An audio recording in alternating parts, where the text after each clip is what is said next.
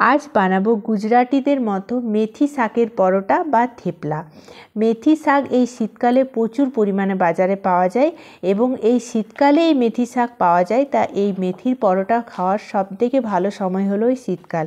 এই পরোটাটা আপনারা বাচ্চাদের টিফিনে দিতে পারেন, এটা প্রচুর নিউট্রিশন আছে এবং আপনারা নিজেরা ব্রেকফাস্টও খেতে পারেন।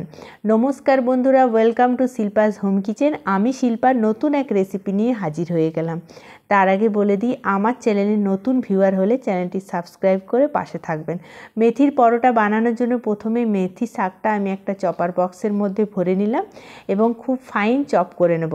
আর আপনাদের কাছে যদি এই রকম চপার না থাকে, সেক্ষেত্রে আপনারা চাকু দিয়ে ছোট্ট ছোট্ট করে কেটে নিতে পারেন। একদম ফাইন চপ করে নিতে হবে, যেন বেলার সময় বেল্লাতে না লাগে এবং খুব ভালোভাবে বেলা যায়, তাই খুব ভালোভাবে ফাইন চপ করে নিতে হবে। এরপর আমি নিয়ে নিয়েছি 1.5 কাপ আটা। আমি কম পরিমাণে বানিয়েছি, আপনারা যদি বেশি পরিমাণে বানান সেক্ষেত্রে আটাটা একটু বেশি নেবেন। আর নিয়ে নিয়েছি চপ করে নেওয়া মেথি শাক।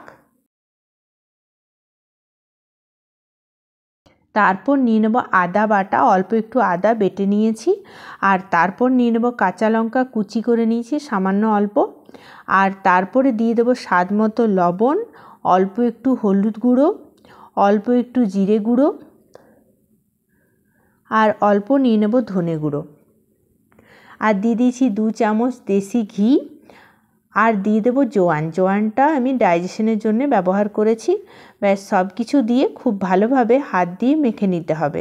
যেমনভাবে আমরা আটাতে ময়েল দিই, সেরকমভাবে পুরো ভালো করে আটার সঙ্গে মেথি শাকের কুচিগুলো খুব ভালোভাবে মিক্স করে নিতে হবে।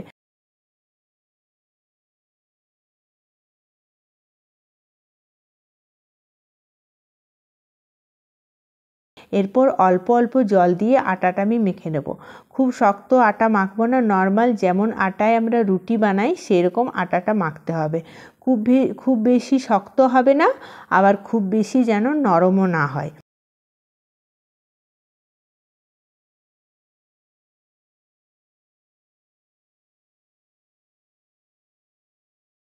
এরপরে আমি ঢাকা দিয়ে মোটামুটি 1/2 ঘন্টা মতো ঢাকা দিয়ে সাইড করে রেখে নেব।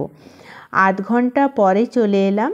1/2 ঘন্টা পরে আমি পরোটাটা বানানোর প্রসেসটা আপনাদের দেখাবো। নর্মাল যদি রুটির মতো পরোটাটা বানিয়ে দেওয়া হয়, এতে পরোটাটা কিন্তু শক্ত হয়ে যায়, খেতে ভালো হয় না। তাই পরোটাটা আমি লাচ্ছা পরোটার মতো বানিয়েছি।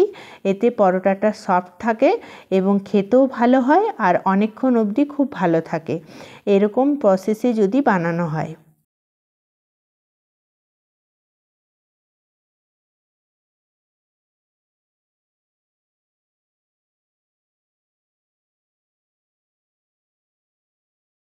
ঠিক এরকমভাবে চাকু দিয়ে কেটে গোল করে ঘুরিয়ে লাচ্ছা পরোটার মতো বানিয়ে নিয়েছি।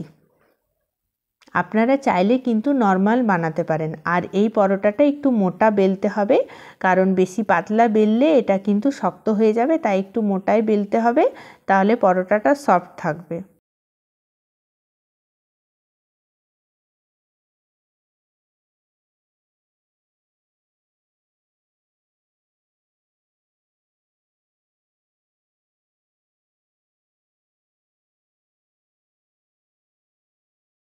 ব্যাস এরকম বেলে নিতে হবে পুরো ভালো করে, একটু মোটাই বেলেছি। তারপর গ্যাসে একটা প্যান বসিয়ে নিয়েছি। এরপর পরোটাটা দিয়ে দেব এবং ঘি দিয়ে এপাশ ওপাশ খুব ভালোভাবে ভেজে নেব। আর প্রথমে কম আঁচ করে দুপাশ ভেজে নিয়েছি, এরপর আঁচ বাড়িয়ে ঘি দিয়ে দুপাশ ভালো করে ভেজে নিতে হবে।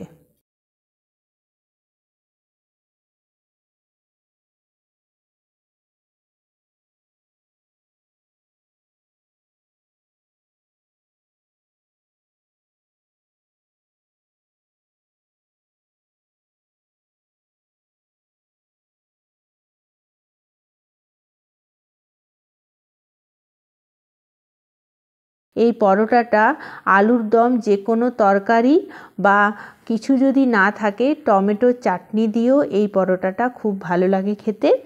আর সেটাও যদি না বানাতে পারেন সেক্ষেত্রে চা দিয়েও কিন্তু এই পরোটাটা খুব ভালো লাগে।